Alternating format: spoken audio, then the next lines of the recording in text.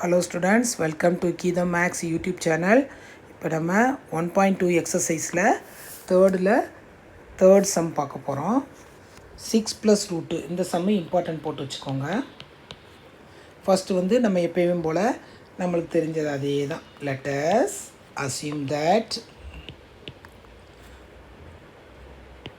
us assume to the contrary that 6 + root is rational. ரேஷ்னல்னு எடுக்கும்போது என்ன வரும்? You have take the fraction நம்பர்னு எடுத்துக்கிறோம். ஃப்ராக்ஷன் நம்பர்னு எடுக்கும்போது ஆட்டோமேட்டிக்காக என்ன வரும்? a/bன்னு எடுத்துக்கிறோம்.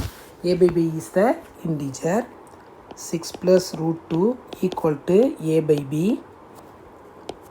a, b integer. a, b are coprime. Coprime means HCF = 1.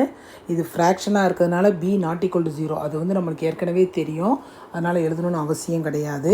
சரி, இப்போ அடுத்த ஸ்டெப் போகும்போது ரூட்2 மட்டும் இந்த பக்கம் வச்சுட்டு 6 வந்து அந்த பக்கம் நம்ம எடுத்துகிட்டு போயிடுவோம். ரூட்2 = 6 வந்து ப்ளஸ்ஸு அந்த பக்கம் போகும்போது என்னதான் மாறிடும்? மைனஸாக மாறிடும். இந்த டேர்ம் வந்து ரேஷ்னல்.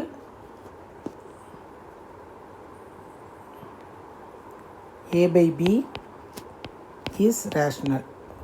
first a/b வந்து rational, அப்புறம் அந்த whole term rational. a/b minus 6 is also rational.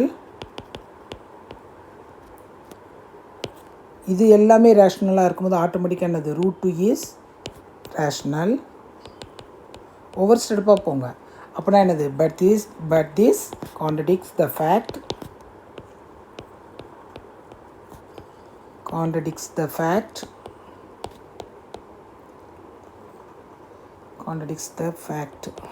that root two is irrational. Root வந்து ரேஷ்னல் கிடையாது. நம்ம ஃபஸ்ட்டே கண்டுபிடிச்சிட்டோம் ரூட் வந்து irrationalனு. ஸோ we conclude that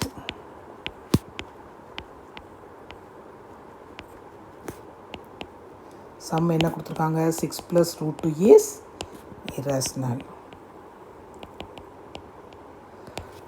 புரிஞ்சிச்சா ஸ்டூடெண்ட்ஸ்? நிதானமாக போட்டு பாருங்கள். வகையாக வந்து எழுதாதீங்க, சென்டென்ஸ் எழுதாதீங்க. நல்லா இருந்தால் 4 லைன்ஸ் எழுதுங்க போதும். 4 லைன்ஸ் எழுதுனாலே உங்களுக்கு 3 மார்க்ஸ் வந்து கொடுத்துருவாங்க. மெயினானது வந்து அந்த a, b belongs to z எழுதணும். ab ஆர் த கோப்ரைம் நம்பர்ஸ் எழுதுகிறோம். எழுதிட்டு ஒன்றுனா அந்த ரைட் ஹேண்ட் சைடில் என்ன இருக்குதோ ஒன்றுனா ரேஷ்னல் கொண்டு வந்து கான்ட்ரடிக்ட்ஸ் த ஃபேக்ட்னு கொண்டு வந்துட்டுனாலே போதுமானது. Thank you students.